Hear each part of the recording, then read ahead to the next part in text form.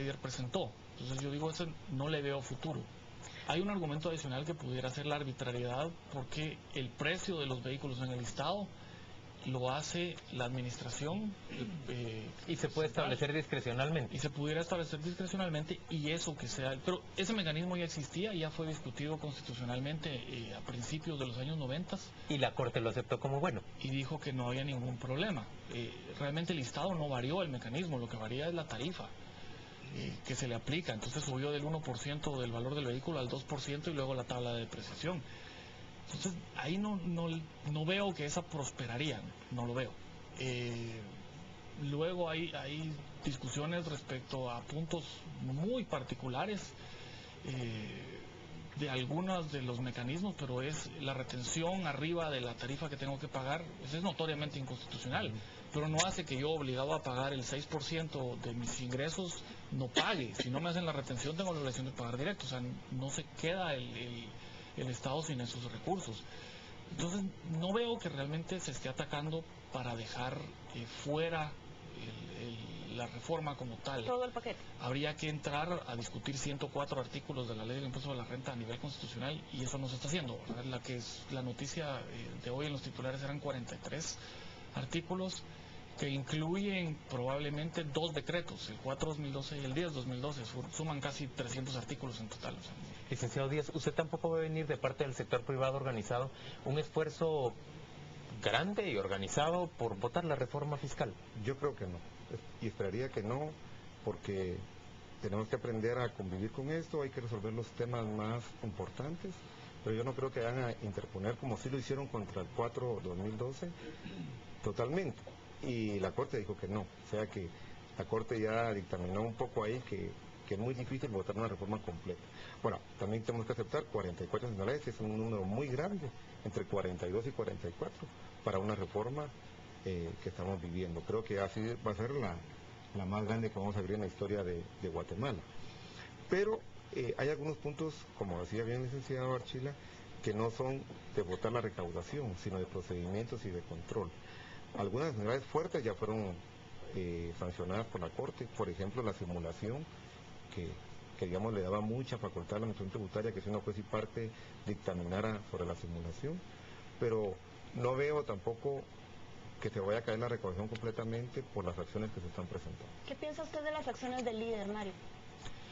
Pues desgraciadamente no las he podido leer. He querido obtenerlas, pero obviamente no circulan. No hay colegas que las tengan disponibles. ¿Qué apreciación tiene usted de la resolución de la Corte de esas inconstitucionalidades? Creo que ninguno de los temas planteados, por lo que las noticias referían, que eran los argumentos utilizados, no creo que ninguna prospere. Creo que algunos en concepto tienen razón, pero la manera en que está planteado no va a hacer que prospere el tema. Creo que era mucho impacto político más que de fondo. Esa es la impresión que tengo.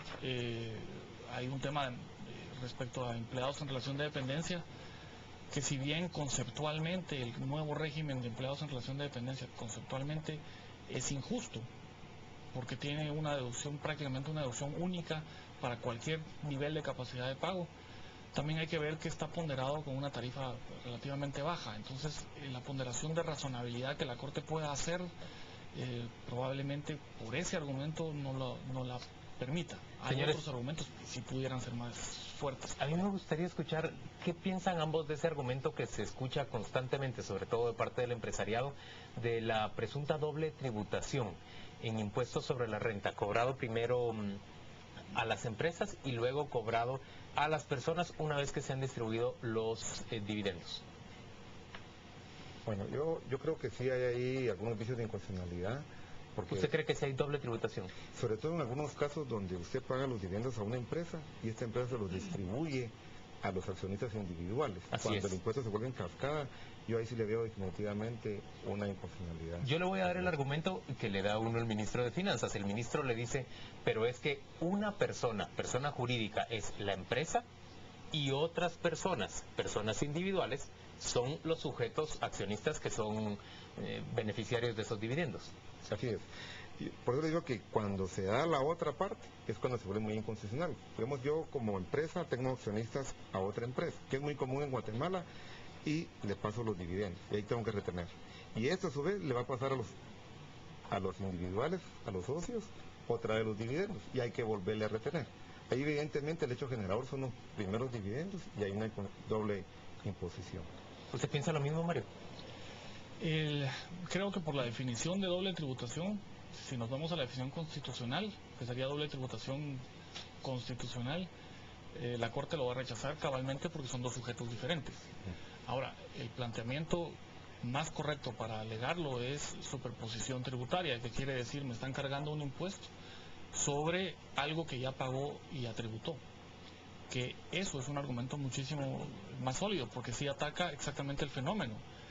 Tengo una compañía que paga dividendos a los accionistas que resultan siendo otra compañía, no una persona individual, que luego colecta dividendos de varias de sus subsidiarias y luego lo distribuye hacia arriba. Y lo único que esa entidad está haciendo es cobrar dividendos. Y paga 2 veces sobre la misma cantidad de dinero.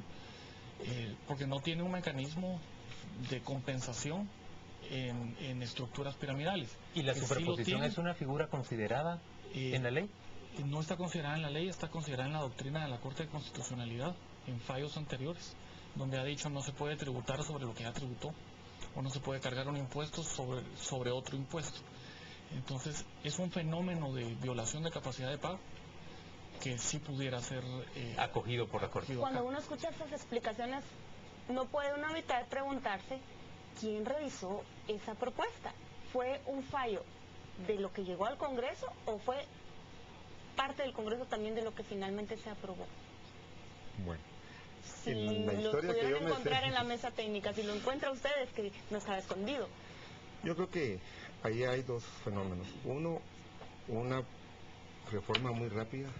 Las autoridades acaban de asumir sus puestos, ministros, viceministros, hay cambios en el ente recaudador y no hay tiempo de discutir realmente todas las reformas.